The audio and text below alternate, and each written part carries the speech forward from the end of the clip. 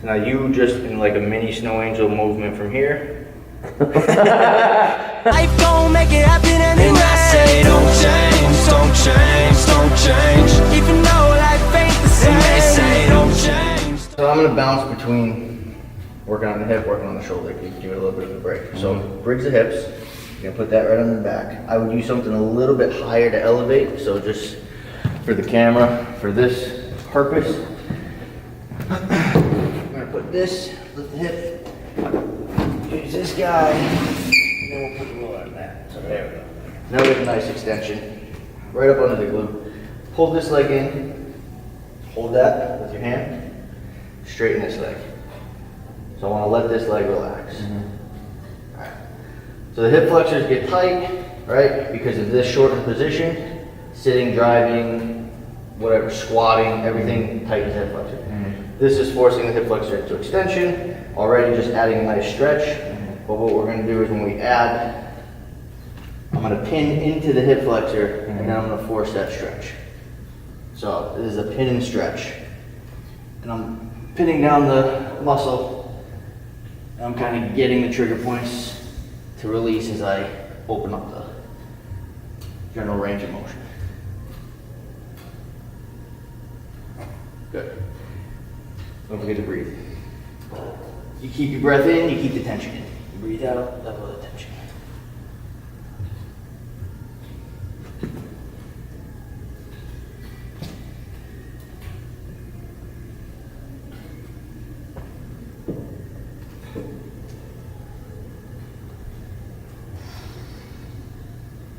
This is a painful one. Yeah.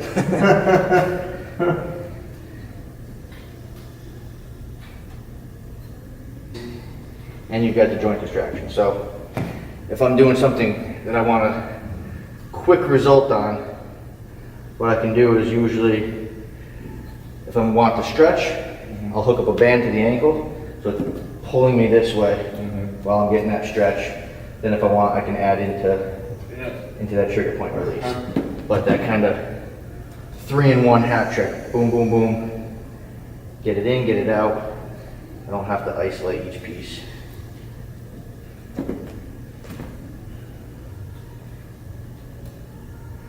These are one of the few pain for pleasure type of movements.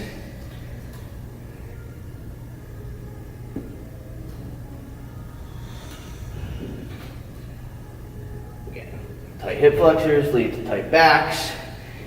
A lot of people who have back pain don't really have back pain because of the back. Back pain because of the hips.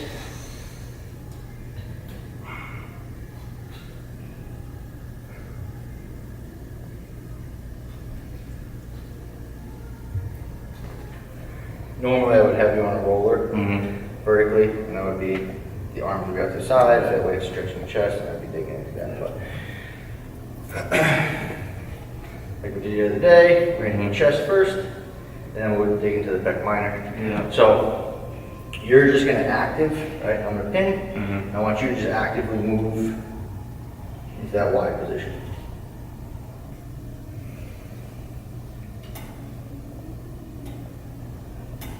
Good. You're trying to pull your shoulder to the ground as you come back too.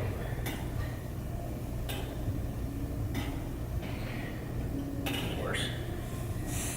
You already feel it. It's the surgery one. Labrum surgery shoulder.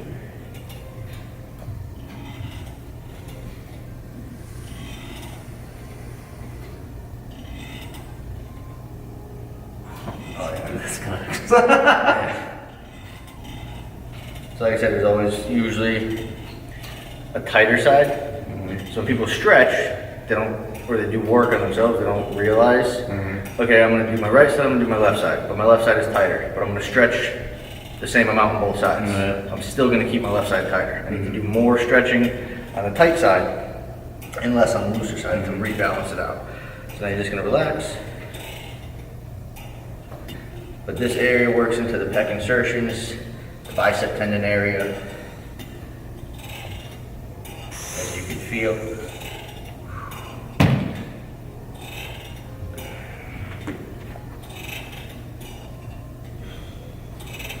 That's gonna cause a forward roll shoulder, up across syndrome.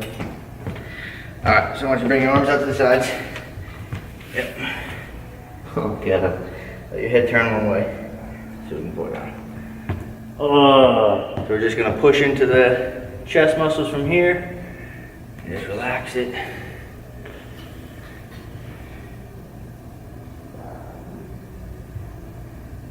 So now you just in like a mini snow angel movement from here.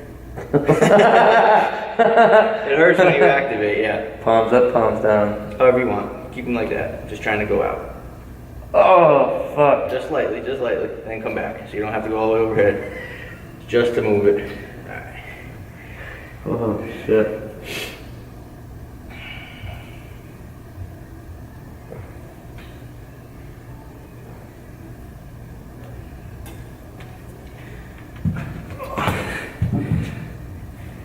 I mean, so I can just literally just like feel by touching.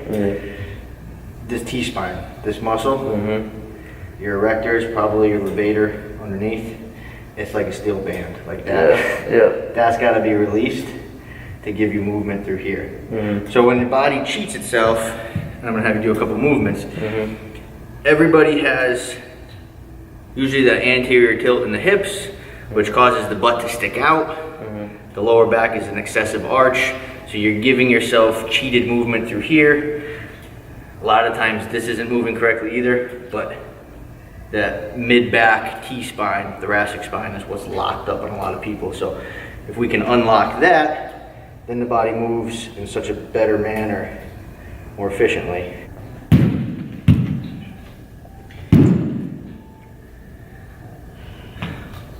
What up? Yeah, you know. Life gon' make it